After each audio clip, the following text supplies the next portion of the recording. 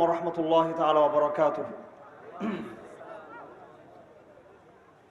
إن الحمد لله نحمده نستعينه ونستغفره ونؤمن به ونتوكل عليه ونعوذ بالله من شرور أنفسنا ومن سيئات أعمالنا.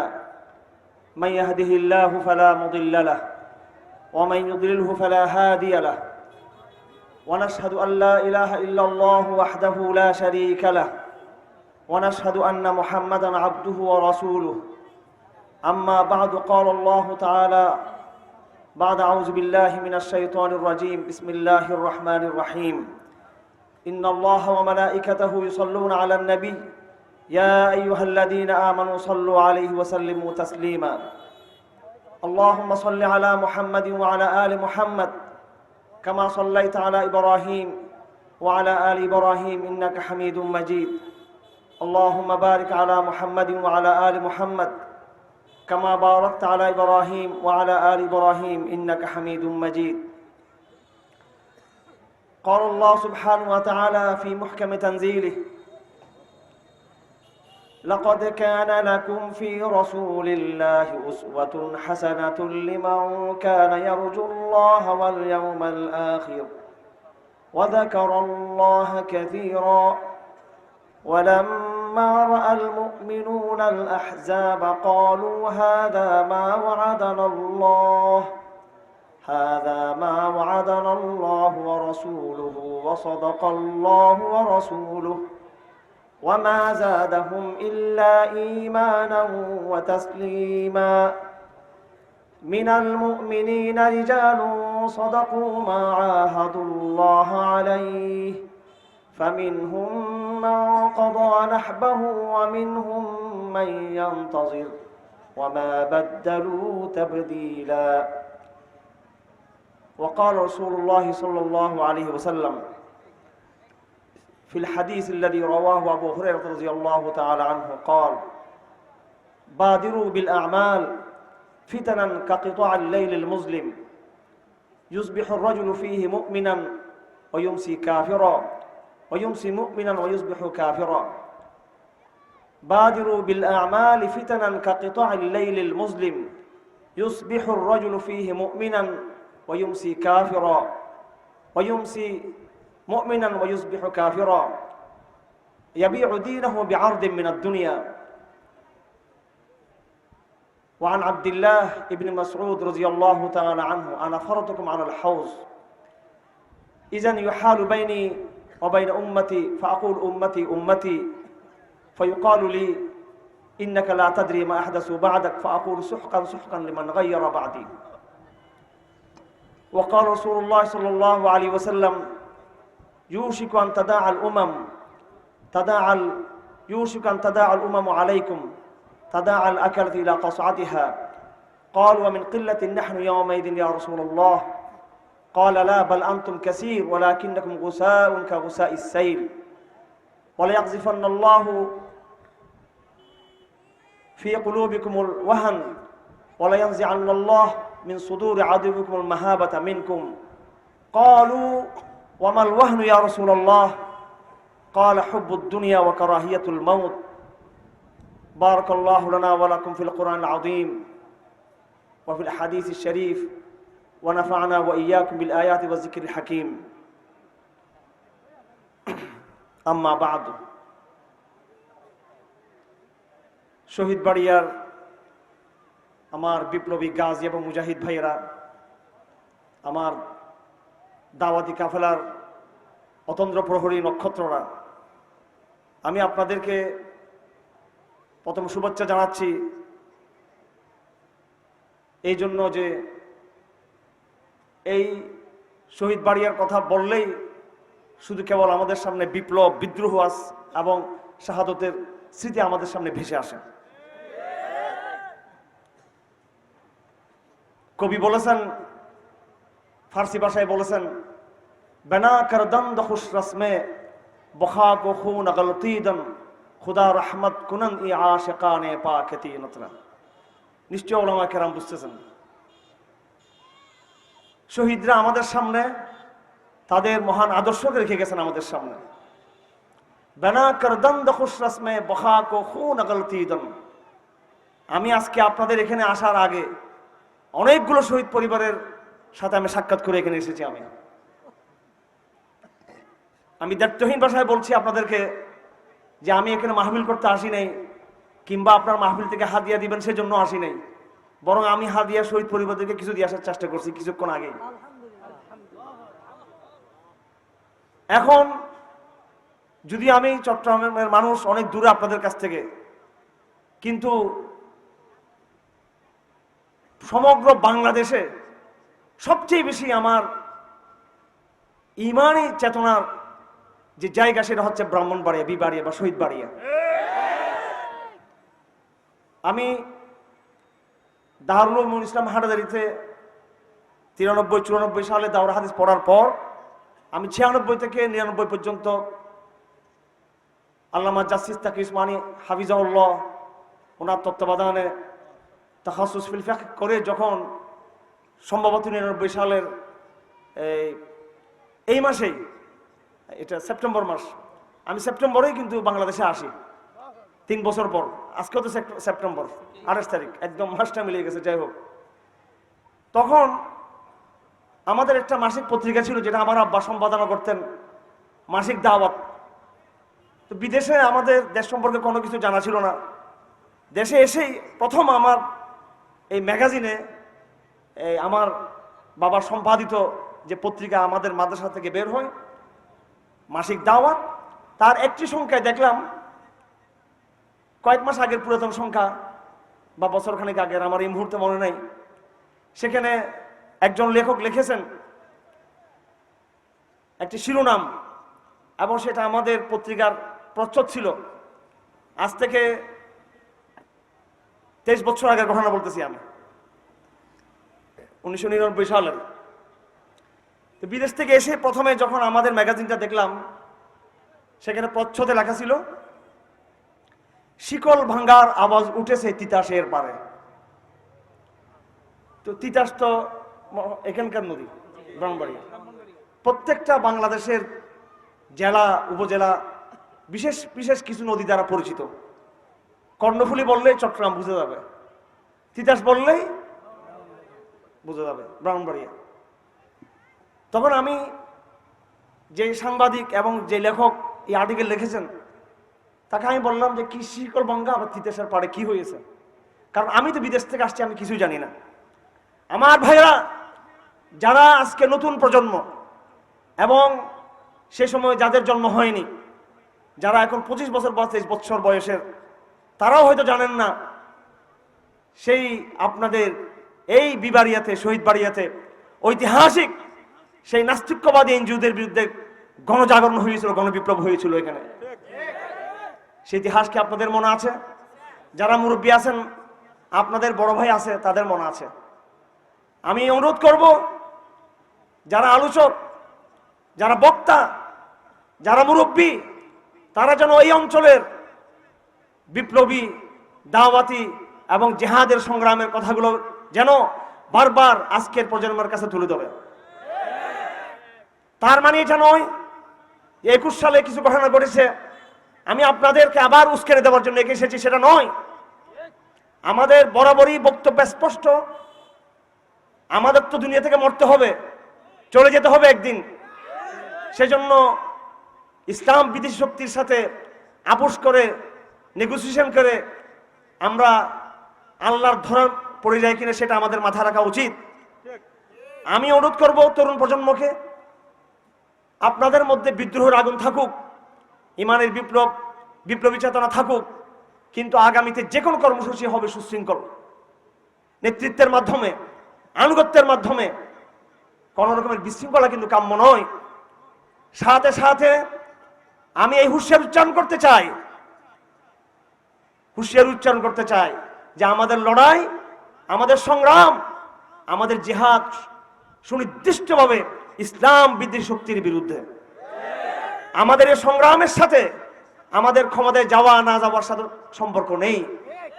কাউকে ক্ষমতায় নেওয়া কিংবা কাউকে ক্ষমতা থেকে হটিয়ে আর কেউকে বসানো, এই জাতীয় কোনো এজেন্ডা আমাদের নেই। আমাদের প্রধান এজেন্ডা হচ্ছে ঈমান আকীদার সংগ্রাম। এই ঈমান আকীদার উপর চ্যালেঞ্জ আসবে, আমরাও বারবার গর্জে উঠবো, আমরা শাহাদাতুন নজরানা পেশ করব আমরা। এবং যে শাহাদাতের সিলসিলা ধারাবাহিকতা এই পবিত্র জমিন অব্যাহত রয়েছে, শপথ আপনাদেরকে নেওয়ার জন্য অনুরোধ করব। কবির ভাষায় কবি বলেছেন, जिस खून शहीदा से अब तक ये पाक जमी गुलरंग हुई, उस खून के कतरे कतरे से तूफान उठाकर दम लेंगे। जिस खून शहीदा से अब तक यह पाक जमी गुलरंग हुई, उस खून के कतरे कतरे से तूफान उठाकर दम लेंगे। ঠিক কিনা ভাই? নাস্তিকবাদী শক্তির উদ্দেশ্যে বলতে চাই, এবং আঞ্চলিক যে সমস্ত আধিপত্যবাদী শক্তি যারা আমাদের উপরে তাদের শিরকের মতবাদ চাপিয়ে দিতে চায়, সরাসরি অথবা পরোক্ষ প্রত্যক্ষভাবে, যে তোমরা যদি আমাদেরকে আঘাত করো, আমাদেরই অধিকার আছে তোমাদের সে আঘাতকে প্রতিরোধ করার। আমরা কারোর বিরুদ্ধে হামলা করব না, কিন্তু যারা আমাদেরকে আঘাত করবে, আমাদেরও অধিকার আছে সে আঘাতকারীর হাতকে ভেঙে দেওয়ার। আমার ভাইয়েরা, আমি আপনাদেরকে বরাবরই বলছি, শৃঙ্খলা, আনুগত্য এগুলো বজায় রাখতে হবে, কথা ঠিক কিনা? আমাদের মধ্যে আবেগ আছে প্রচুর, আমাদের মধ্যে জজবা আছে, আমাদের বিপ্লবের চেতনা আমাদের মধ্যে আছে, কিন্তু আমাদের মধ্যে নেতৃত্ব এবং সংগঠন অনেক বেশি দুর্বল। আমি ব্রাহ্মণবাড়িয়ার আবেগকে, ইমোশনকে সম্মান জানাতে আজকে এসেছি এখানে। আমি শুধু কথা বলার জন্য আসি নাই, আমি এসেছি গাজীদেরকে দেখার জন্য, এসেছি শহীদ পরিবারগুলোকে দেখার জন্য।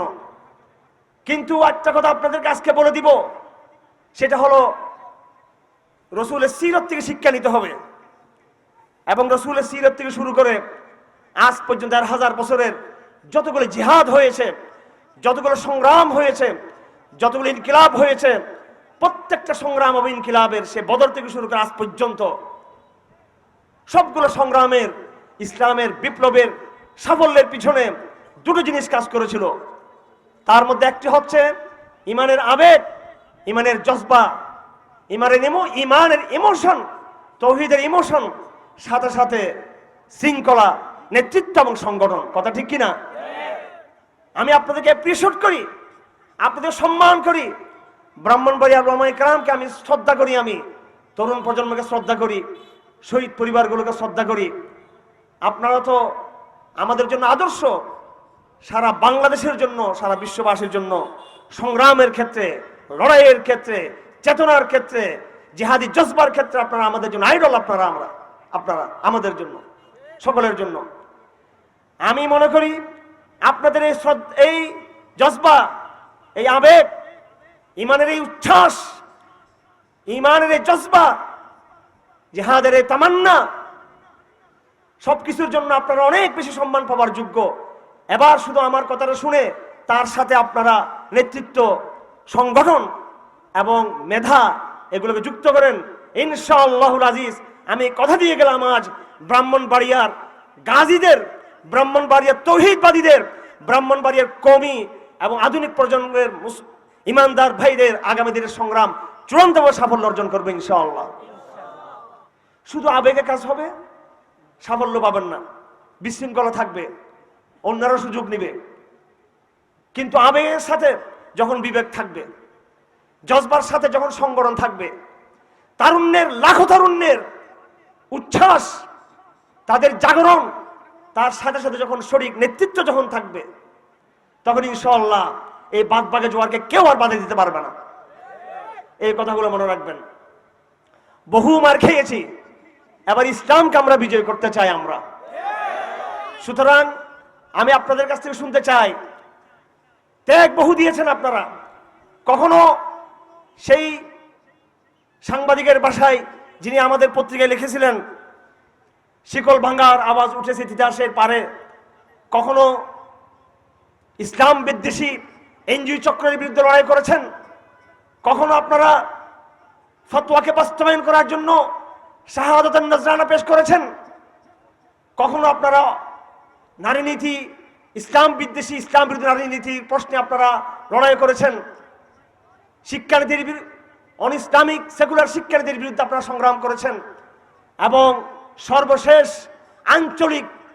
আঞ্চলিক জিওপলিটিক্যাল যে আধিপত্যবাদ, হিন্দুত্ববাদ চাপিয়ে দেওয়ার চক্রান্ত, তার বিরুদ্ধে আপনারা সংগ্রাম করে অসংখ্য শহীদকে আপনারা আল্লাহর কাছে আপনারা পাঠিয়েছেন। এইসব সংগ্রাম এবং ত্যাগ সব কিছুকে সামনে রেখে আগামী দিনের পথ চলা আপনাদের হবে বিবেক, বুদ্ধি, জ্ঞান, প্রশিক্ষণ, নেতৃত্ব এবং সংগঠন।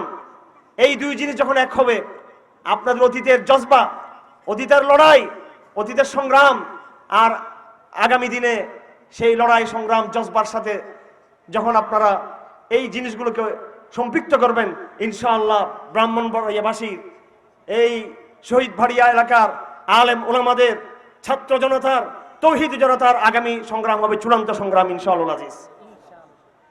এই লড়াই হবে আগামী দিনে সাফল্যের ইনশাআল্লাহ আজিজ লড়াই হবে ইনশাআল্লাহ।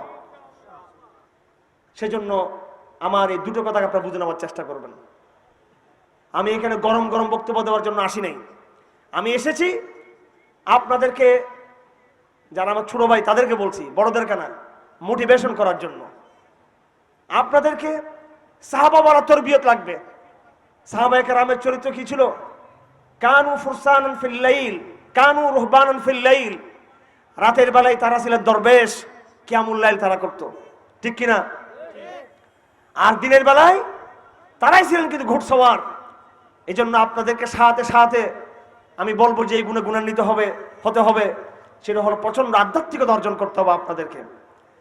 আমার ভাইরা, আজকে একটি ঐতিহাসিক দিন পালিত হয়, যেটার সাথে মুসলমানদের কিছু ভুল আবেগ জড়িত, কিন্তু ইসলামের মূল চেতনার সাথে তার কোনো সম্পর্ক নেই।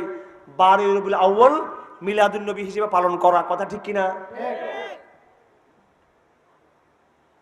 আজকে 12 রবিউল আউয়াল উপলক্ষে তথাকথিত ঈদে মিলাদুন নবী উদযাপনের নামে যে আনুষ্ঠানিকতা, যে বেদাতের আশ্রয় প্রশ্রয় মুসলমান আজকে দিয়েছে আমাদের সমাজে, এই সংস্কৃতি, এই কালচার, এই চেতনার সাথে সাহাবায়ে কেরামের আকীদা, তৌহিদ, চেতনা, আখলাকের কোন সম্পর্ক আছে? সাহাবায়ে কেরাম রাসূলের বেশি আশিক ছিলেন, নাকি এই জমানার ওই সমস্ত লোক যারা জষ্ট জুলুস বের করেছে তারা বেশি রাসূলের আশিক ছিলেন? আমরা সাহাবী হতে চাই নাকি নামধারী আশিক হতে চাই? যদি নামধারী আশিক হতে চাই, তাদের ব্যাপারে কোরআনে বলা আছে, আউযু বিল্লাহি মিনাশ শাইতানির রাজীম, বিসমিল্লাহির রহমানির রহিম, ইয়া আইয়ুহাল্লাযীনা আমানু সাব্বাহা লিল্লাহি মা ফিস সামাওয়াতি ওয়া মা ফিল আরদি ওয়া হুয়াল আজিজুল হাকীম, ইয়া আইয়ুহাল্লাযীনা আমানু লিমা তাকুলুনা মা লা তাফআলুন, কাবুরা মাকতান ইনদাল্লাহি আন তাকুলু মা লা তাফআলুন, ইন্নাল্লাহা ইউহিব্বুল্লাযীনা ইউকাতিলুনা ফী সাবিলিহি সাফফান কাআন্নাহুম বুনিয়ানুম মারসুস। ওই ইশকে রাসূলের দাবিদার, তাদের কি ইসলাম প্রতিষ্ঠার কোনো ইতিহাস আছে? তাদের ভারতবর্ষে যেই মুজাহিদ আন্দোলন হয়েছিল, যেটাকে ব্রিটিশ প্রপাগান্ডা চালিয়ে ওয়াহাবি আন্দোলন নাম দিয়েছিল, সেই শহীদ আহমদ শহীদ, ইসমাইল শহীদ রহমতুল্লাহ আলাইহির যে আন্দোলন ছিল, এবং যার ধারাবাহিকতায় আজকের এই মাহফিল। ইতিহাস জানতে হবে আমাদেরকে। সেই রসুলের সাহাবী থেকে শুরু করে শহীদ আহমদ শহীদের সেই মুজাহিদ আন্দোলন পর্যন্ত, দাওয়াতি আন্দোলন, জিহাদি আন্দোলন পর্যন্ত, পুরোটা আমাদের রোডম্যাপ, পুরোটা আমাদের জন্য আইডল, আমাদের মডেল। আপনি এই দীর্ঘ সংগ্রামে এবং সমকালীন সৈয়দ আহমদ শহীদের আন্দোলন থেকে শুরু করে এই পর্যন্ত যতগুলো ইসলাম বিদ্বেষী চক্রের বিরুদ্ধে যতগুলো আন্দোলন সংগ্রাম হয়েছে, জিহাদ হয়েছে, একটার সাথে কি কোনো একটার সাথে বর্তমান তথাকথিত এই আশিক রাসূলদের কোনো সম্পর্ক আছে? আল্লাহ পাক বলেন, হে ঈমানদাররা, কেন তোমরা সমস্ত কথা বলো যেগুলো তোমরা করো না? এটা আল্লাহর কাছে বড় মহাপাপ যে তোমরা বলবে অথচ তোমরা করবে না। এরপর আল্লাহ বলেন ইন্নাল্লাহা ইউহিব্বুল্লাযীনা ইউকাতিলুনা ফী সাবিলিহি সাফফান কাআন্নাহুম বুনিয়ানুম মারসুস। আল্লাহ পাক ভালোবাসেন ওই সমস্ত লোকদেরকে যারা সীসা ঢালা প্রাচীরের ন্যায় ঐক্যবদ্ধ হয়ে এক আমিরের নেতৃত্বে ঐক্যবদ্ধ হয়ে তারা সীসা ঢালা প্রাচীরের মতো হয়ে তৌহিদের প্রশ্নে আকীদের প্রশ্নে সর্বাত্মক মজবুতি অর্জন করে এরপর তারা আল্লাহর রাস্তায় কিতাল করে, এদেরকে আল্লাহ পাক ভালোবাসে। তো আজকে এই দিনটার কথাই জন্য বলছি, যেহেতু সারা দেশে মুসলিম দেশে দেশে একটা মহা সমারোহ, বড় সাংস্কৃতিক ডামাডোল, বড় ধরনের শোডাউন হয়ে গেল ইশকে রাসূলের নামে। অথচ ঠিক আজকের এই দিনে এখান থেকে কয়েক হাজার মাইল যদি আমরা ফিরে যাই, বাইতুল মুকাদ্দাসের যে ঘটনা চলছে আপনাদেরকে জানা আছে। বাইতুল মুকাদ্দাসে ইহুদিরা বর্তমানে তাদের একটি ঈদ উৎসব পালন করতেছে, ঈদুল গুফরান বলে। এবং যাদের বাইতুল মুকাদ্দাসের ছবি সম্পর্কে যাদের আইডিয়া আছে, আপনাদের নিশ্চয়ই জানা আছে, আপনারা কুব্বতুস সখরা এই যেটাকে আমরা দেখি ছবিতে, বাইতুল মুকাদ্দাস কিন্তু সেখানে সীমাবদ্ধ নয়। বাইতুল মুকাদ্দাস একটি বড় একটি এরিয়া, বড় একটি এলাকা। পুরো এলাকাটা অসংখ্য নবীদের স্মৃতি বিজড়িত এলাকা। এই বাইতুল মুকাদ্দাসের ভিতরে একটি অংশ যেটাকে দিওয়ার বরাক বলা হয়, এবং ওদের ভাষায় সেটাকে তারা ওয়েস্টার্ন ওয়াল তারা বলে। ওই জায়গায় বাইতুল মুকাদ্দাসের মধ্যে জুতা পরে এবং মেয়েরা তাদের হাফ প্যান্ট পরে আজকে কয়েক সপ্তাহ ধরে আজ তারিখ পর্যন্ত তারা সেখানে তাদের উৎসব তারা পরিচালনা করতেছে। যার প্রতিবাদে গতকালকে আমরা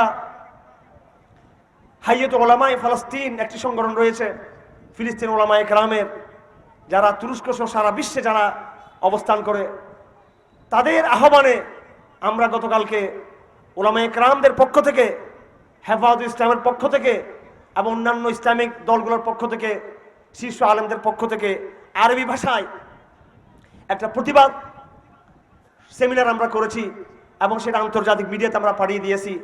বাংলাদেশের মুসলমানদের পক্ষ থেকে আমরা ফিলিস্তিনের নাগরিকদেরকে উদ্দেশ্য করে আমরা বার্তা দিয়েছি যে আজকে বাইতুল মুকাদ্দাস যেভাবে ইহুদিদের নাপাক পা দ্বারা পদদলিত হচ্ছে এবং তাদের বিরুদ্ধে মুসলমানরা যে জিহাদি সংগ্রাম চালাচ্ছে, আমরা তাদের সেই সংগ্রামের সাথে আমরা ঐক্যবদ্ধ। এবং যতক্ষণ পর্যন্ত এই ইহুদিরা এই পবিত্র ভূমিতে অবস্থান করবে, সেই তাদের অবস্থানের বিরুদ্ধে, তাদের রাজনৈতিক কনস্পাইরেসির বিরুদ্ধে আমাদের ফিলিস্তিনের মুজাহিদিনরা যে সংগ্রাম করে যাচ্ছে, আমরাও তাদের সেই সংগ্রামের সাথে, সেই জিহাদের সাথে আমরা একাত্মতা পোষণ করলাম। আপনারা কি একাত্মতা পোষণ করেন? একদিকে দেখেন আজকে বাংলাদেশের মুসলমানরা, তথাকথিত আশেক রসুল মুসলমানরা, তারা র্যালি বের করছে, তারা শোডাউন করতেছে ইশকে রসুলের নামে। আর অন্যদিকে রসুলের স্মৃতি বিজড়িত, রসুলের মেয়ারাজের স্মৃতি বিজড়িত যেই বাইতুল মুকাদ্দাসের চাবি দ্বিতীয় খলিফা হযরত ওমর ইবনে খাত্তাব রাদিয়াল্লাহু তাআলা নিজে বুঝে নিয়েছিলেন, যেই বাইতুল মুকাদ্দাসকে আবার পুনরায় বিজয়ী করেছিলেন সালাহউদ্দিন আইয়ুবী রাহমাতুল্লাহি তাআলা আলাইহি, সেই বাইতুল মুকাদ্দাস আজকে লাঞ্ছিত হচ্ছে। হাজার হাজার ইহুদি, লাখো লাখো ইহুদি সেখানে তারা শোডাউন করতেছে, আর আমরা বাংলাদেশের মুসলমানরা এখানে ঈদে মিলাদুন নবীর নামে শোডাউন আমরা ব্যস্ত।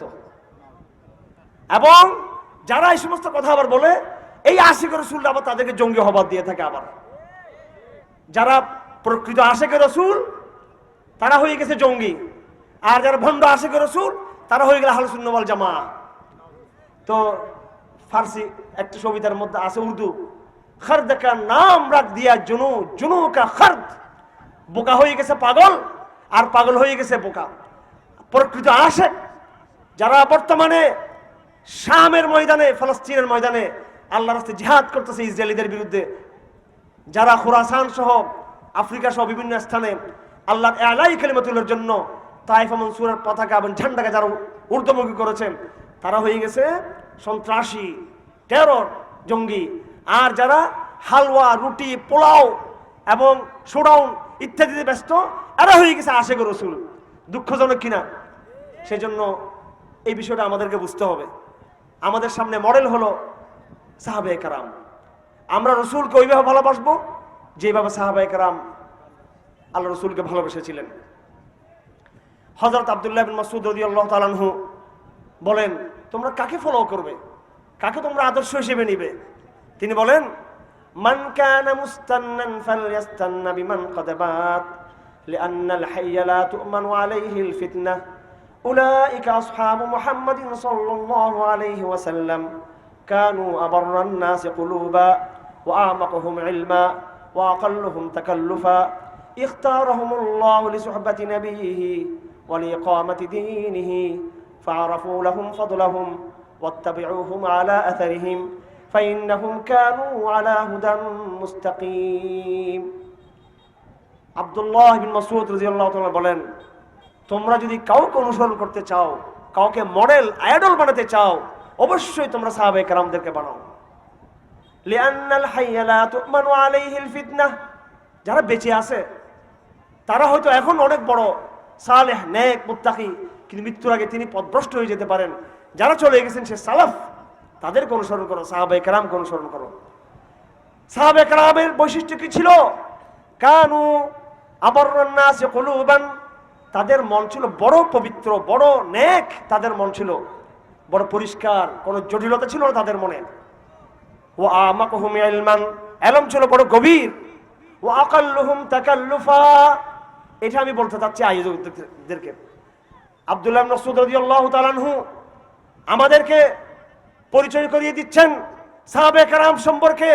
ওয়া আকাল্লুহুম তাকাল্লুফা, তাদের মধ্যে কোনো রকমের চাকচিক্য ছিল না, তাদের মধ্যে কোনো বানাওয়াট ছিল না, তাদের মধ্যে কোনো লৌকিকতা ছিল না, তাদের মধ্যে কোনো প্রদর্শন ছিল না, ফোকাস ছিল না তাদের মধ্যে। রাসূলুল্লাহ সাল্লাল্লাহু আলাইহি ওয়াসাল্লাম সম্পর্কে আল্লাহ পাক বলে দিয়েছেন কোরআনে, যে তুমি বলে দাও, আনা মিনাল মুতাকাল্লিফিন ওয়া মা আনা মিনাল মুতাকাল্লিফিন, কোরআনের আয়াত। আপনি বলে দিন, হে নবী, আমি লৌকিকতা করছি না, ভণ্ডামি করছি না, আমি আই এম নট হিপোক্রেট, আমি ভণ্ড না, ভণ্ডামি করতে আসি নাই, কাজ করার জন্য এসেছি। আমার কথার সাথে আমার বিশ্বাসের মিল আছে, আমার কথার সাথে আমার কাজের মিল আছে, আমার তৌহিদের চেতনার সাথে আমার তৌহিদের প্র্যাকটিসের মিল আছে। আমি নবী মুহাম্মদ বলেছে, কুলু লা ইলাহা ইল্লাল্লাহ, তোমরা লা ইলাহা ইল্লাল্লাহ বলো। এই কথা বলে আমি মক্কার পাহাড়ে চিৎকার দিয়েছি, আর উহুদের প্রান্তে সেই প্রমাণ রাখতে গিয়ে, তৌহিদের প্রমাণ রাখতে গিয়ে, সেই চেতনার প্রতি বিশ্বাস তার প্রমাণ রাখতে গিয়ে আমি আমার দাঁতকে শহীদ করে দিয়েছি। আমি তো রসুল ভণ্ড ছিলেন না, কিন্তু আফসোস এই যে একটা পরিচয় দিলেন আল্লাহ পাক রসুলের, যে তুমি ভণ্ড না, তোমার কথার সাথে কাজের মিল আছে, তুমি শোডাউন করো না, তুমি লৌকিকতা করো না, তোমার মধ্যে কোনো রকমের তাকাল্লুফ, বানাওয়াট, কৃত্রিমতা নাই। আবার আব্দুল্লাহ ইবনে মাসউদ রাদিয়াল্লাহু তাআলা বললেন, সাহাবাদের বৈশিষ্ট্য হলো কানু আমাকুহুম ইলমান আবাররান নাসি কুলুবান ওয়া আকাল্লুহুম তাকাল্লুফান, তারা ছিল, তাকাল্লুফ ছিল না তাদের মধ্যে। আজকে আফসোসের বিষয়, বেশিরভাগ দিন কায়েমের যে পথগুলো রয়েছে বর্তমানে, দিন কায়েমের যতগুলো প্র্যাকটিস রয়েছে, আপনারা রাগ করবেন না, আমি আব্দুল্লাহ ইবনে মাসউদের ভাষায় বলতেছি, সাহাবায়ে কেরামদের মানদণ্ড আপনারা একটু বিচার করেন। সাহাবায়ে কেরাম কি সত্যের মাপকাঠি ছিলেন কি ছিলেন না? শুধু সাহাবায়ে কেরাম না, বরং পুরো সালাফ সত্যের মাপকাঠি ছিলেন। পুরো সালাফ, সাহাবারা শুধু নয়, সাহাবাদের সন্তানরাও, সাহাবাদের ছাত্ররাও সত্যের মাপকাঠি ছিলেন, ঠিক কিনা? আপনি যদি আব্দুল্লাহ ইবনে মাসউদকে যদি বলেন সত্যের মাপকাঠি, আর যদি বলেন যে তার শিষ্যরা আলকামা, আসওয়াদ, মুজাহিদ, কতাদা, এরা সত্যের মাপকাঠি না, তাবিঈনরা, তো নাউযুবিল্লাহ এই ব্লেমটা, অভিযোগটা সাহাবায়ে কেরামদের উপর পড়তেছে কিনা? এই জন্য তাবিঈন, তবে তাবিঈন এরাও সত্যের মাপকাঠি, পুরো জামাত সত্যের মাপকাঠি, কথা ঠিক কিনা? সাহাবায়ে কেরামদের মানদণ্ডে, তাদের মাপকাঠিতে আমাদের সব কাজ বিচার করতে হবে। মাদ্রাসা থাকবে, খানকা থাকবে, মাহফিল থাকবে, কিন্তু সবগুলোর মধ্যে যেন অবশ্যই সাহাবাদের কর্মমুখী বাস্তববাদী চেতনা যেন থাকে, সেখানে মনে রাখতে হবে আমাদের। ভাইরা আমার, তো এটাই বলছিলাম, আমরা এই জমানায় দুটো পথ রয়ে গেছে আমাদের। একটা হলো ভণ্ডামির পথ, আত্মপ্রবঞ্চনার পথ। কথা বললাম, কথার সাথে কাজের মিল নেই। নামে এশকে রসুলের দাবি করলাম, প্রদর্শনী করলাম, জাস্ট জুলুস করলাম, কিন্তু যখন এশকে রসুলের ডাক আসবে তখন কিন্তু আর খবর নাই। আপনাদের ব্রাহ্মণবাড়িয়াতে আজকে আমি দুজন বিধবা বোনকে আমি তাদের ঘরে গেলাম, আর অনেকের ঘরে গিয়েছি। আমি এখানে এসে জানতে পারলাম যে তারা বর্তমানে বিধবা। এই ব্রাহ্মণবাড়িয়া শহীদ বাড়িয়ার এমন কোন ইমানদার ভাই কি নেই একমাত্র আল্লাহর জন্য ওই বিধবা বোনগুলোকে আশ্রয় দিবে, মাসে মাসে খরচ দিবে, অথবা হিম্মত করে কেউ তাদেরকে বিয়ে করবে? বিধবাদেরকে বিয়ে করার কত ফজিলত হাদিসের মধ্যে, এবং বিধবাদেরকে ফেলে রাখা পরিত্যক্ত অবস্থায়, এটা জাহেলিয়া, এটা বর্বরতা, এটা ইসলাম না। ইসলাম হলো বিধবাদেরকে এস্টাবলিশ করে দেওয়া। কিন্তু আফসোস, আমরা তাদের খবর নিচ্ছি, তাদের সন্তানদের খবর নিচ্ছি, এমনি আমরা নারে তাকবীর বলি, স্লোগান দিই, আর যখন কোনো গরম কথা বক্তারা বলে তখন ঠিক ঠিক বলি আমরা। কিন্তু আমার এই সমস্ত বোনদেরকে, ওই সমস্ত ভাইয়ের ছেলেদেরকে, আমার ভাতিজাদেরকে, ভাগিনীদেরকে, ভাতিজিদেরকে দেখার মতো, হাত বোলার মতো কেন আজকে লোকজন নেই? আমরা শহীদ পরিবারগুলোতে কোনো এক সময় টাকা আমি তো দিয়েছি আলহামদুলিল্লাহ মোটামুটি, সেটাই কি শেষ?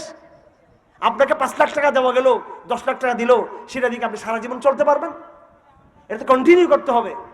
এই জন্য দেশে বিদেশে, প্রবাসে, ইউরোপে, আমেরিকায়, আরব দেশে আমি সমস্ত প্রবাসী ভাইদেরকে অনুরোধ করব, আমার আজকের এই আলোচনার মাধ্যমে আমি শহীদের রক্তাক্ত প্ল্যাটফর্মে দাঁড়িয়ে আছি। এখন এই শহীদ বাড়িয়ে থেকে সারা সারা বিশ্বে যে সমস্ত মুসলমানরা আমাদের বাংলাদেশি প্রবাসীর অবস্থান করছেন তাদেরকে এবং সুনির্দিষ্ট বাংলাদেশের তৌহিদি জনতাকে অনুরোধ করব, শুধু শহীদ বাড়িয়ার এই 18, 19, 20 জন শুধু ভাই শুধু নয়, বাংলাদেশ এই পর্যন্ত হেফাজত ইসলামের যতগুলো ভাই শাহাদাত বরণ করেছেন, এবং এই ব্যানার ছাড়াও আরও যারা ইসলামের জন্য যারা শহীদ হয়েছেন, প্রত্যেকটা পরিবারের খবর আপনাদেরকে নিতে হবে। আমি আহ্বান করলাম, স্থায়ী দায়িত্ব নিতে হবে। প্রতি মাসে মাসে কেউ দায়িত্ব নিতে হবে তাদের। কোনো বিধবা, কোনো এতিমকে আমরা গার্ডিয়ান ছাড়া, অভিভাবক ছাড়া আমরা রাখবো না। তাহলে আমরা সাহাবী হতে পারবো, তাহলে আমি দাবি করতে পারবো যে আমি নবীর উত্তরসূরি। অন্তত আমার আজকের এই সফরের মাধ্যমে যদি এখানকার শহীদ পরিবারগুলোর অর্থনৈতিক সমস্যার সমাধান হয়ে যায়, আই এম হ্যাপি, আমি সৌভাগ্যবান নিজেকে মনে করব। আর আমি মাহফিল করলাম, অত্যন্ত দুঃখের বিষয়, যারা আজকে আমাকে মাহফিলে যদি হাতিয়ে দিতে চান, আমি অনুরোধ করবো ইসাকে আপনারা শহীদদেরকে দিয়ে দেন, শহীদ পরিবারে দিয়ে দেন আপনারা। আমি আপনাদের কাছে হাতিয়ে নেওয়ার জন্য আসি নাই। আসুন সবার প্রত্যেকের হাতে হাত মিলাই। এটা শুধু ব্রাহ্মণবাড়িয়ার লোকজনের দায়িত্ব নয়, এই এলাকার মানুষ অনেক দরিদ্র, অনেক গরিব। পার্শ্ববর্তী এলাকা ঢাকাতে আমাদের বক্তাদের উদ্দেশ্যে বলতে চাই, মেজরিটি অফ দ্য স্পোকম্যান, আমাদের যারা বক্তা আছে তাদের অধিকাংশ আমার জুনিয়র, আমার আবদার আছে আমার বলার। হয়তো তাদের চেহারা সাদা দাড়ি থেকে অনেককে মনে করবেন তারা বয়সে বড়, একজনের নাম ধরে বললে অবাক হবেন। আমি 93-94 সালে দাওরা পাশ করেছি। অনুরোধ করবো বক্তাদেরকে, বাংলা সর্বস্ত আপনারা বয়ান করতেছেন, মাহফিল করতেছেন, আপনাদের মাহফিলের একটা অংশ ওই কারাগারে যারা নির্যাতিত আছে, রবিউল ইসলাম মাদানী সহ, তার পরিবার সহ আরো যারা আছে, তাদের পরিবার আপনাদের সেই বক্তৃতার হাদিয়া আপনারা পাঠান, সেখানে আপনাদের হাদিয়ার একটা অংশ শহীদ পরিবারগুলোকে দেন। যদি না করে থাকেন, এটা একটা ভণ্ডামি হয়ে যাবে। আরেকবার আমাকে দাওয়াত দিয়ে কোনো আফসোস নেই আমার, কিন্তু কেন আমার বোন কষ্ট পাবে, আমার ভাই কেন কষ্ট পাবে? আজকে আমি কিছু শহীদ পরিবারের সন্তানকে কোলে নিয়েছি, কোলে উঠতে পারতেছে না, তার জ্বর হয়েছে, সম্ভবত ডেঙ্গু জ্বর হয়েছে তাদের।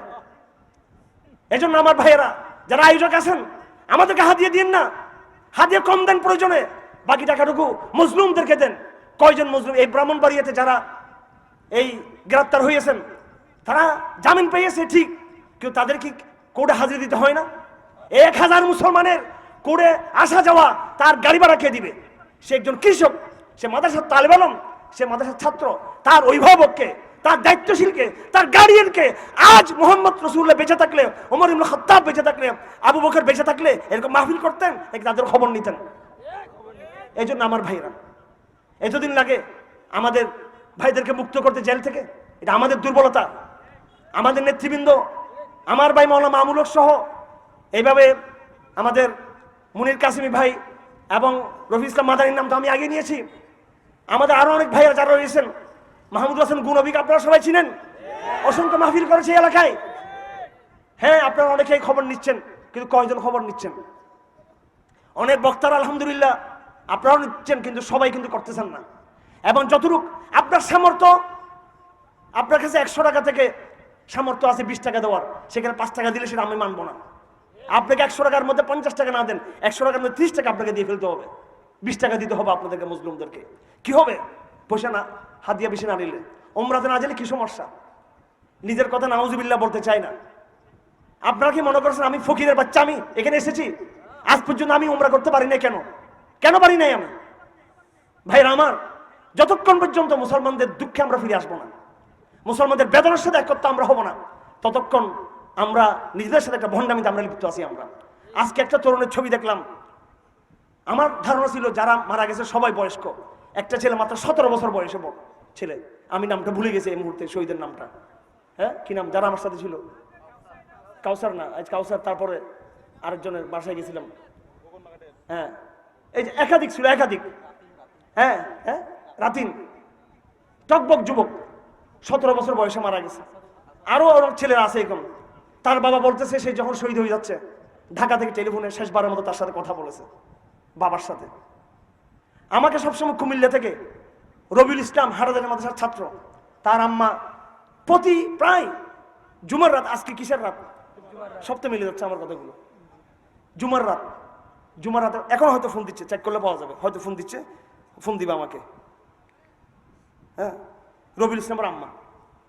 তো কেন ফোন দেয়? বিশিতবারে কেন ফোন দেয়?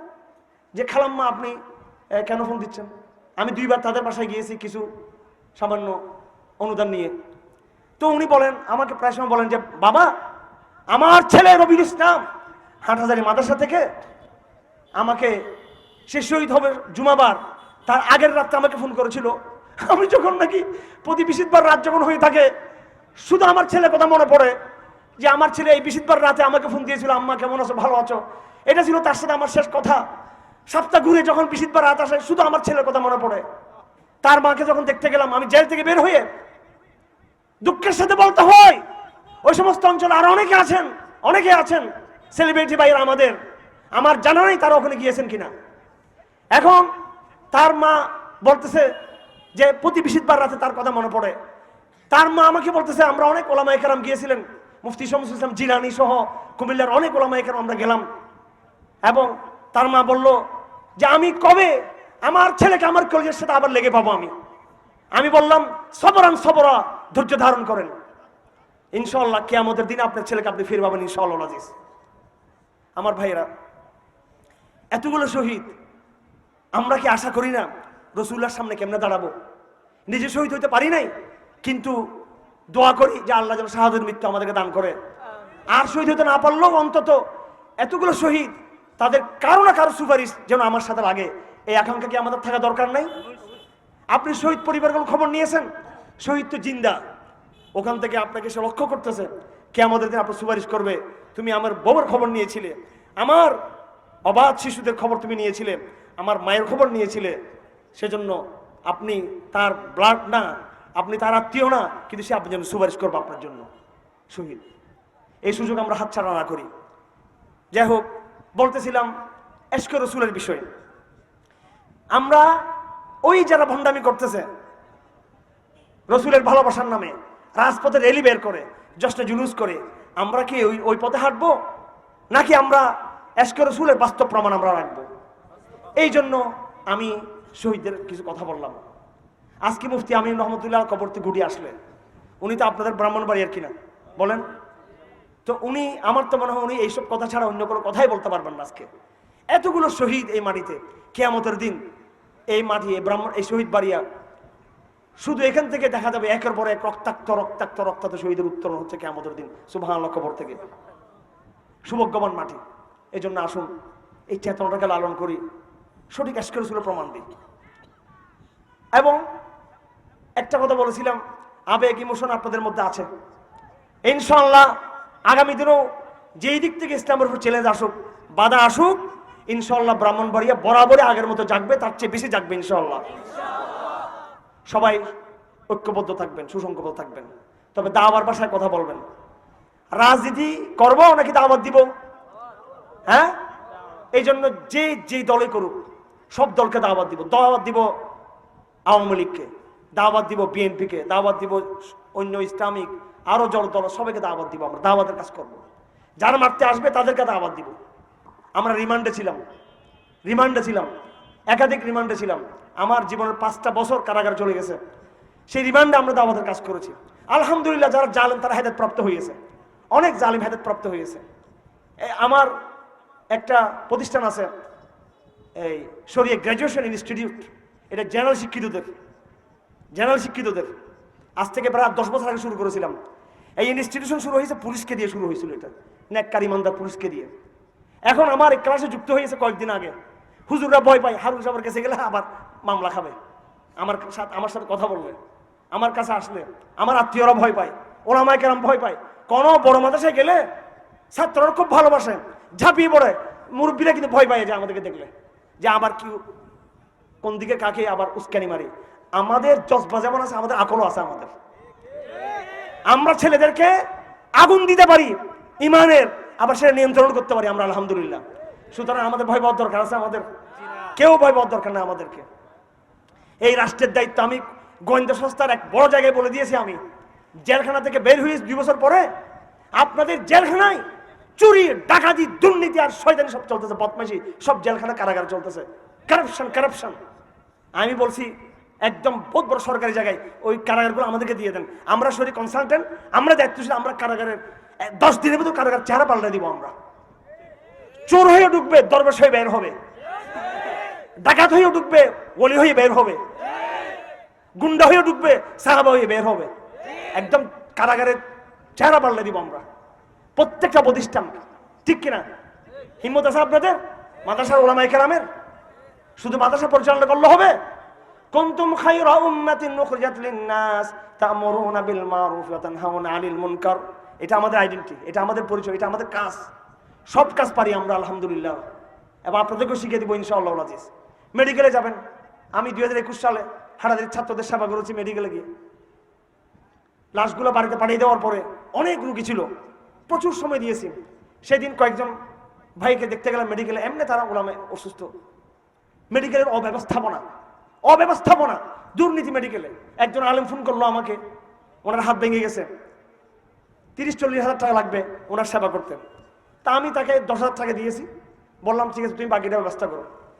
তিনি মেডিকেলে 3-4 দিন পড়েছিলেন, তার অপারেশনের লিস্টে আসতেছে না। তো বললো প্রাইভেট হাসপাতালে গেলে 30-40 হাজার টাকা লাগবে, এখানে কম টাকা হবে। এখন তিনি পড়ে আছে। এরকম হাজার হাজার রুগী দেখবেন, চট্টগ্রাম মেডিকেলে গিয়ে দেখেন, ঢাকাতে গিয়ে দেখেন, সব জায়গায় সরকারি ব্যবস্থাপনাতে এত দুর্বলতা যে কোনো সেখানে সুচিকিৎসার ব্যবস্থা নেই। ইনশাআল্লাহ মেডিকেল ঠিক করে দিতে পারবো আমরা 1 সপ্তাহের ভিতরে, সব দুর্নীতির রাস্তা বন্ধ করে দিতে পারবো। এখন বলতেছি এই কথাগুলো কি জন্য বলতেছি? কথাগুলো যে আবেগ এর সাথে ইনশাআল্লাহ শৃঙ্খলাকে আপনারা যুক্ত করবেন ইনশাআল্লাহ আজিজ। আগামী দিনে যেটা বলতেছিলাম, এই জন্য হেফাজত ইসলামের পুনর্গঠন হয়েছে। ব্রাহ্মণবাড়িয়াতে আমাদের মহাসচিব সাহেব আছে না কেন, অতীতে যা হয়েছে ভুল ত্রুটি আমাদের, সেখানে ইমানের জজবা ছিল, কিছু নিজেদের ভুলও ছিল। আগামী দিনে সাহস করে, হিম্মত করে কেউ হয়তো বলবে যে এই মুহূর্তে আপনি আমার নামে পড়েন, ওই সমস্ত কথা শুনবেন না। আগে নিজেকে পুনর্গঠন করেন, আত্মগঠন করেন, নিজের তাকওয়া, আমানতদারি, নেতৃত্ব গুণাবলী সব অর্জন করেন এবং পুরো অঞ্চল জুড়ে শক্তিশালী একটা হেফাজত ইসলাম করেন আপনারা সুন্দরভাবে। তরুণদের মধ্যে, ব্যবসায়ীদের মধ্যে, ওলামাদের মধ্যে তো আছেই আছে। ওলামায়ে কেরাম ভারতবর্ষের নেতৃত্বে আগেও ছিল, সামনেও থাকবে, ঠিক কিনা? ওনাদের নেতৃত্বে আমরা সবাইকে চাই। এখন যদি কোনো ব্যবসায়ী মনে করে যে আমি হুজুর থেকে আমি হাদিস বেশি ভালো বুঝি, কোনো নতুন অফিসার যদি বলে হ্যাঁ শিক্ষিত যে আমি, তাহলে সেটা ভুল হবে। আপনাকে সত্যবাদী, মুহাক্কিক, মুত্তাকি ওলামায়ে কেরামের নেতৃত্বে আপনি আসবেন, আপনি সফল হতে পারবেন। আপনি আমার ভাইরা, এই ইশকে রাসূলের সত্যবাদী অনুসরণ হবো নাকি মিথ্যাবাদী অনুসরণ হবো? সত্যবাদী চেষ্টা করবো আমরা। রাত অনেক হয়ে গেছে, কথা দীর্ঘায়িত করবো না। এসার পরে কথা বলা এটাও কিন্তু একটা বেশি সুন্নাহ নয়। আসলে আমি যখন এই এলাকায় যখন আসি, তখন একটা আমার মধ্যে বড় ব্যথা কাজ করে অনেকগুলো কারণে। এক তো শহীদদের কারণে, দ্বিতীয়ত আপনারা মজলুম, নির্যাতিত আপনারা, এবং আপনারা যেভাবে জেগেছেন আসলে পুরো বাংলাদেশ আপনাদেরকে যেভাবে সাহায্য করার দরকার এইভাবে করে নেই। আমি শুনেছি কারাগারে যারা ছিল অনেক মানবতার জীবন যাপন করেছেন আপনারা, অনেক কষ্ট পেয়েছেন আপনারা বিভিন্ন কারণে, বড় নিরহ মনে হয় আমার এই অঞ্চলটাকে। ইনশাল্লাহ আল্লাহ পাক আপনাদেরকে সাহায্য করবেন ইনশাআল্লাহ। আপনারা আল্লাহর দিনকে সাহায্য করেন। নাকি ক্লান্ত হয়ে গেছেন মামলা টামলা খাইয়া, শহীদ হয়ে ক্লান্ত হয়ে গেছেন নাকি? হ্যাঁ, সুশৃঙ্খল ভাবে, বারবার বলতেছি, সুশৃঙ্খল ভাবে প্রজ্ঞার সাথে ইসলামকে বিজয়ী করতে হবে। ইসলামকে কি করতে হবে? বিজয়ী করতে হবে। এলাকার ওই যে বলছিলাম, আমার বর্তমানে জুলুম করলে মার খেলে ফায়দা আছে, এটাও হেদায়েতের একটা উসিলা। যারা আমাদেরকে মেরেছে তারাও কিন্তু হেদায়েত প্রাপ্ত হয়েছে। আমি আমার একটা প্রতিষ্ঠানের কথা বলতেছিলাম। হ্যাঁ, এখন আমার প্রতিষ্ঠানে আমি দেখি কয়েক সপ্তাহ আগে গোয়েন্দা সংস্থার প্রভাবশালী, নাম বলতেছি না কোন, তাদের পুলিশের অনেক সংস্থা আছে, তার মধ্যে একটি বিশেষ শাখার বিশেষ স্পেশাল একটা টিম পুলিশের, তার একজন বড় অফিসার, উনি আমার ছাত্র, এখন আমার কাছে পড়তেছে। তা আমি বললাম, আপনি কি লুকাই আসছেন নাকি ডাইরেক্ট আসছেন? বল, সবাই বলে আসছি, হারুন সাহেবের কাছে যাচ্ছি আমি। তা আমি বললাম, আপনি পুলিশে এত বড় সাহস করছেন, আমার কাছে পড়তে আসতেছেন, অথচ অন্যরা ভয় পায় এখানে আসতে। যাই হোক, আমরা চাই মানুষকে হেদায়েতের পথ দেখানোর জন্য ইনশাআল্লাহ আজিজ। অন্য কোনো এজেন্ডা আমাদের নাই, হেদায়েতের এজেন্ডা আমাদের। হেদায়েতের পথে আমরা পরিচালিত হব। আমি একাধিক হাদিস আমি তেলাওয়াত করেছি, দুইটা হাদিসের তরজমা করে শেষ করে দিচ্ছি। রাসূলুল্লাহ সাল্লাল্লাহু আলাইহি ওয়াসাল্লাম ফরমান ফিতনার বিষয়ে, বাদিরু বিল আমাল, বাদিরু বিল আমল, সময় থাকতে আমলের দিকে ধেয়ে আসো, সময় থাকতে মুত্তাকি হয়ে যাও। এমন এক ফিতনা আসতেছে, মানুষ সকালে কাফের, সকালে মুমিন, বিকালে কাফের, সকালে মুমিন, বিকালে কি কাফের, আবার বিকালে মুমিন, সকালে কি কাফের।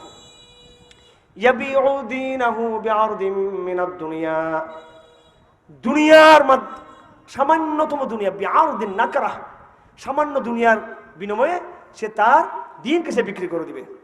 আরেকটা হাদিস রাসূলুল্লাহ বলেন, ইউশিকু আন তাদা আলাইকুমুল উমাম তাদাআল আকালাতি ইলা কাসাতিহা, সারা জাতি, সারা বিশ্ব খাবারের বর্তনে যেভাবে একজনকে একজন টাকাটাকি করে, তোমাদের বিরুদ্ধে হে মুসলমান, হে আমার উম্মত, এইভাবে টাকাটাকি করবে। ঐক্যবদ্ধ হবে কুফফার শক্তি। কুফফার শক্তি আমাদের বিরুদ্ধে ঐক্যবদ্ধ কিনা এখন? ঘরের শত্রু, বাইরের শত্রু, ভিতরের শত্রু, কথা ঠিক কিনা? কতগুলো দেশ আমাদের ঘেরাও করে আছে, কতগুলো আঞ্চলিক শক্তি, সবাই ঐক্যবদ্ধ হবে। সাহাবায়ে কেরাম বললেন, ইয়া রাসূলুল্লাহ ওয়া মিন কিল্লাতিন, আমরা কি খুব কম থাকবো সেদিন? ক্বালা লা, না, তোমরা সেদিন কি হবে না, কম না। বাল আনতুম কাসীর, বাল আনতুম কাসীর, বরং তোমরা কি সংখ্যা বেশি।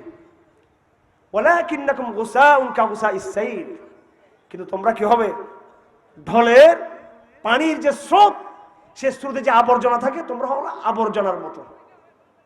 ওয়ালা ইয়ানজিআন্নাল্লাহু ফি সুদুরি আদুউকুমুল মাহাবাতা মিনকুম, শত্রুর অন্তরে তোমাদের যে ভয় ছিল, সেই ভয়টা আল্লাহ পাক নিয়ে ফেলবেন। ওয়ালা ইয়াকযিফান্নাল্লাহু ফি কুলুবিকুমুল ওয়াহান, এবং আল্লাহ পাক তোমাদের অন্তরে কি ঢেলে দিবেন? ওয়াহান ঢেলে দিবেন। কি ঢেলে দিবেন? ওয়াহান ঢেলে দিবেন। আজ 12 রবিউল আউয়াল, রাসূলুল্লাহ আজকে জন্ম করছেন কি করেন নাই সেটা নিয়ে বিতর্ক আছে, কিন্তু আজকে তারিখে রাসূলুল্লাহ সাল্লাল্লাহু আলাইহি সাল্লাম দুনিয়া থেকে বিদায় নিয়েছেন, এটাতে কোনো বিতর্ক নাই। সুতরাং এই দিনটাও স্মৃতি বিজড়িত। সেই রাসূলুল্লাহ সাল্লাল্লাহু আলাইহি ওয়াসাল্লাম বলেছেন, উতিতু খামসান লাম ইউতা আহাদুন ক্বাবলি মিনাল আমবিয়া, 5টা জিনিস আমাকে দেওয়া হয়েছে, কোন নবীকে সেই জিনিস দেওয়া হয় নাই। তার মধ্যে একটা হচ্ছে নুসিরাতু বির রুবি মাসিরাতা শাহরিন, দুশমন আমাকে এত দূর থেকে ভয় পায়, যত দূরে পৌঁছতে 1 মাস সময় লাগবে। কয় মাস সময় লাগবে? 1 মাস লাগাতার উঠে ঘোড়ায় হেঁটে যদি কেউ যদি যায়, হাঁটতে থাকে, চলতে থাকে, সফর করতে থাকে সওয়ারি নিয়ে, সে যতটুকু পৌঁছবে অতটুকু জায়গা পরিমাণ পর্যন্ত শত্রু আমাকে ভয় পায়। 100 মাইল থেকে 1000 মাইল থেকে শত্রু আমাদেরকে ভয় পায়। রাসূল বলেন, এটা আমার বৈশিষ্ট্য। কোন নবীর মধ্যে এই রোগ ছিল না। যেই নবীকে পাঠিয়েছে আল্লাহ রোগ দিয়ে, আর সেই নবীর উম্মতকে বর্তমান জমানায় সমস্ত কুফফার শক্তি কাটতেছে, মারতেছে এদেরকে। মগ যারা সবচেয়ে অশিক্ষিত, বর্বর এবং ভিদু, এরাও পর্যন্ত আমাদেরকে মেসাকার করে বলছে। তো আল্লাহ রসুল বলেন, সে এই জমানায় তোমাদের অন্তরে ওয়াহান ঢেলে দিবেন আল্লাহ পাক, ওয়াহান ঢেলে দিবেন। সাহাবায়ে জিজ্ঞেস করলেন, ওয়ামাল ওয়াহান ইয়া রাসূলুল্লাহ, ওয়াহান মানে কি? আল্লাহ রসুল বললেন, হুব্বুদ দুনিয়া ওয়া কারাহিয়াতুল মাউত, দুনিয়াকে তোমরা ভালোবাসবে আর মৃত্যুকে তোমরা অপছন্দ করবে, মৃত্যুকে অপছন্দ করবে। এটা সর্বস্তর পাওয়া যাচ্ছে। এটা কমফোর্ট, কমফোর্ট, বিনোদন, বিলাসিতা, জীবন জীবন জীবন জীবন। এটা দুঃখের সাথে আওয়ামদের মধ্যেও, আমাদের মধ্যেও, যারা আমরা দিনের কাজ করি, আমাদের মধ্যেও বিভিন্নভাবে বিলাসিতা চলে আসছে। বিলাসিতা পরিহার করবেন, ইমানের দরজা খুলে যাবে। এই জন্য আপনাদেরকে সর্বশেষ আহ্বান করব, সর্বরকমের বিলাসিতা ত্যাগ করি আমরা। অন্তরে সাহস আসবে, আজিমত তৈরি হবে, আজম তৈরি হবে, হিম্মত আসবে, বসিরত তৈরি হবে। আল্লাহ পাক সুবহানাহু ওয়া তাআলা আমাদের সবাইকে তৌফিক দান করুন। শাহাদাতের যে কাফালা শুরু হয়েছে এখান থেকে, তাদের যে আমানত আমাদের উপর রয়েছে, সে আমানত যেন আমরা আদায় করতে পারি, সেই তৌফিক আমাদেরকে দান করুন। ওয়া আখিরু দাওয়ানা আলহামদুলিল্লাহি রাব্বিল আলামিন ওয়া সাল্লাল্লাহু তাআলা আলা খাইরি খালকি মুহাম্মাদিন ওয়া আলিহি ওয়া সাহবিহি আজমাইন। আসসালামু আলাইকুম ওয়া রাহমাতুল্লাহি ওয়া বারাকাতুহু। আমরা অল্প 1 মিনিটের জন্য বসি। আমরা যার কথা শুনে আসলাম, মানে আসলে কথা বলার তো সময় নাই। উনি কেমন পরিবারের লোক এবং কেমন লোক, সমস্ত আমরা যারা উলামায়ে কেরাম আছি, নবীর নায়েব দাবি করি, ওয়ারাসাতুল আম্বিয়া, কিন্তু উনি যেই চিন্তা চেতনা নিয়ে মানে শহীদ মানে পরিবারের জন্য উনি অনুদান দিতেছেন এবং শহীদ পরিবারের ফিকির করতেছেন এবং যারা মুসলিম তাদের ফিকির করতেছেন, আমরা যারা উলামায়ে কেরাম, আমরা প্রত্যেকে আমাদের কাছে এই গুণ থাকা উচিত। আমরাও এরকম নবীর মতো, নবী যেরকম দরিদ্র লোক ছিল তাদের জন্য উদারতা ছিল, আমাদের ওই উদারতা আমাদের মধ্যে থাকা উচিত। যাক, আমি বেশি লম্বা কথা বলে সময় নষ্ট করতে চাই না। হুজুরের জন্য দোয়া করবেন। হুজুর যেই চিন্তা ফিকির নিয়ে চলতেছে, আল্লাহ পাক ওনাকে আরো আগায় দেখ, আল্লাহ পাক ওনাকে আরো হিম্মত দান করুক, আল্লাহ পাক ওনাকে যেন আরো গরিব যারা আছে, যারা এরকম শহীদ পরিবার আছে, তাদেরকে আরো বেশি করে দান করতে পারেন। আল্লাহ পাক তৌফিক দান করুক। ওয়া মা তাওফিক ইল্লা বিল্লাহ। হুজুর এখন দোয়া করবেন, আমরা দোয়া করে সবাই যাই। আর আপনারা আমাদের মাহফিলে আসছেন, আপনাদেরকে যেরকম ভাবে সেবা দেওয়ার দরকার, যেরকম খেদমত করার দরকার, আমরা করতে পারি নাই। এই জন্য আপনারা ক্ষমা সুন্দর দৃষ্টিতে দেখবেন, আশা করি। আল্লাহ পাক আমাদেরকে তৌফিক দান করুক। জি, মাহফিলের সুন্নত হচ্ছে যে কোনো মজলিসে দোয়া পড়লে, একটা দোয়া আছে, দোয়াটা পড়লে মজলিসে কোনো গুনাহ করলে আল্লাহ মাফ করে দিবেন, আর যদি নেক কাজ করে আল্লাহ কবুল করবেন, এবং কোনো ইয়ে হয়ে থাকলে সেটাকে আল্লাহ হাসনাত দ্বারা পরিবর্তন করে দিবেন। দোয়াটা আমরা পড়লে সুন্নত হয়ে যাবে ইনশাআল্লাহ। সুবহানাকাল্লাহুম্মা ওয়া বিহামদিক, সুবহানাকা হামদিকা, আশহাদু আল্লা ইলাহা ইল্লা আনতা, আস্তাগফিরুকা ওয়া আতুবু ইলাইক। আসসালামু আলাইকুম। মানে আসলে